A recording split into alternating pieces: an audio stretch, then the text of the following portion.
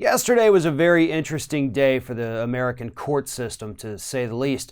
First and foremost, we had two separate reports from two different organizations come out warning us how dangerous Donald Trump's judicial appointments have been. Now, that's something we've actually been saying here on Ring of Fire for well over a year at this point, but it is nice to see that other organizations are paying attention to what's happening on the lower courts and not spending all of their time only talking about the Supreme Court. But the reason that those two reports coming out yesterday became so important is because later in the day, Mitch McConnell decided he was going to change the rules in the Senate, and he got all of his Republican buddies to go along with it. And now Donald Trump is going to be able to appoint even more people to courts throughout this country and various positions within the U.S. government without Democrats really being able to do anything at all to stop it. McConnell invoked the so-called nuclear option, which basically means that from this point forward, anytime Donald Trump wants to put up a judicial nominee other than for the Supreme Court, instead of going through 30 hours of debate, they now are limited to 2. 2 hours. 2 hours to sit on the Senate floor and debate whether or not a person is qualified to have a lifetime appointment on a court here in the United States. 2 hours is all Mitch McConnell's going to give them. At this point, Donald Trump has appointed 92 total judges. That includes the 2 idiots he put on the U.S. Supreme Court. 92. Do you know where Obama was at this point in his presidency? A little over 2 years in? 16 judges, and he had plenty of vacancies. He could have appointed 92, but he didn't. And the Democrats during those years actually controlled the Senate. Now, I know there was still a lot of Republican obstruction, but there's still a thing called recess appointments, and he could have just packed those courts the first time Republicans went out of town for 2 days. That's how that works. He just didn't do it. And now he let Donald Trump inherit almost 100 judicial vacancies.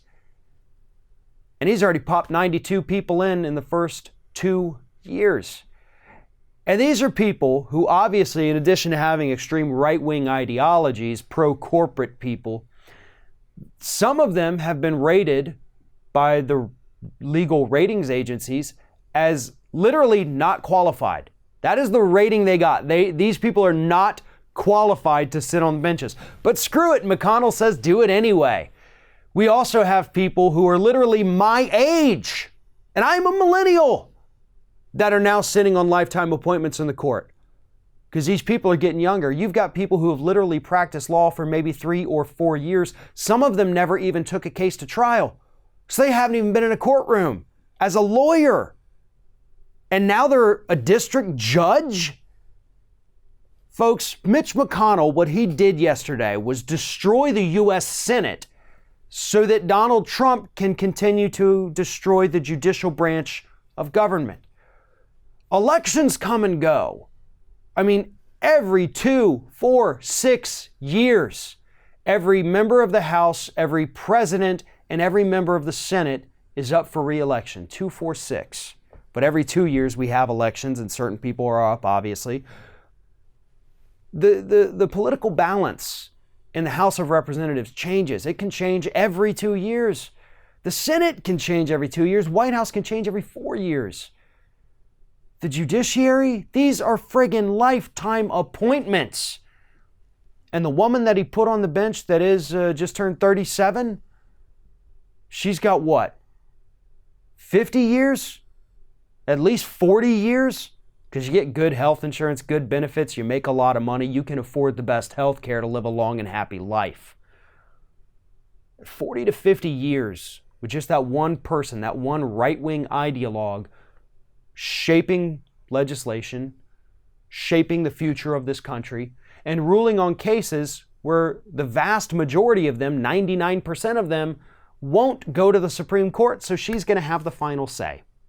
That's the woman I was talking about who's actually never tried a case to trial. So her first real experience in a courtroom is being a district judge. That's dangerous. Everything Trump has done to the judiciary is dangerous. But I think people need to understand that it's actually not Donald Trump. That man's not smart enough to know who should or should not be a judge in this country. It is all, reports have told us over the last 2 years, it's all coming from Mitch McConnell. And that's why they won't do anything about Donald Trump's declining mental faculties or the fact that he very obviously committed obstruction of justice. Because they want the judiciary. Because once you capture that, that's a hell of a lot harder to change than the makeup of the Senate or the makeup of the House of Representatives.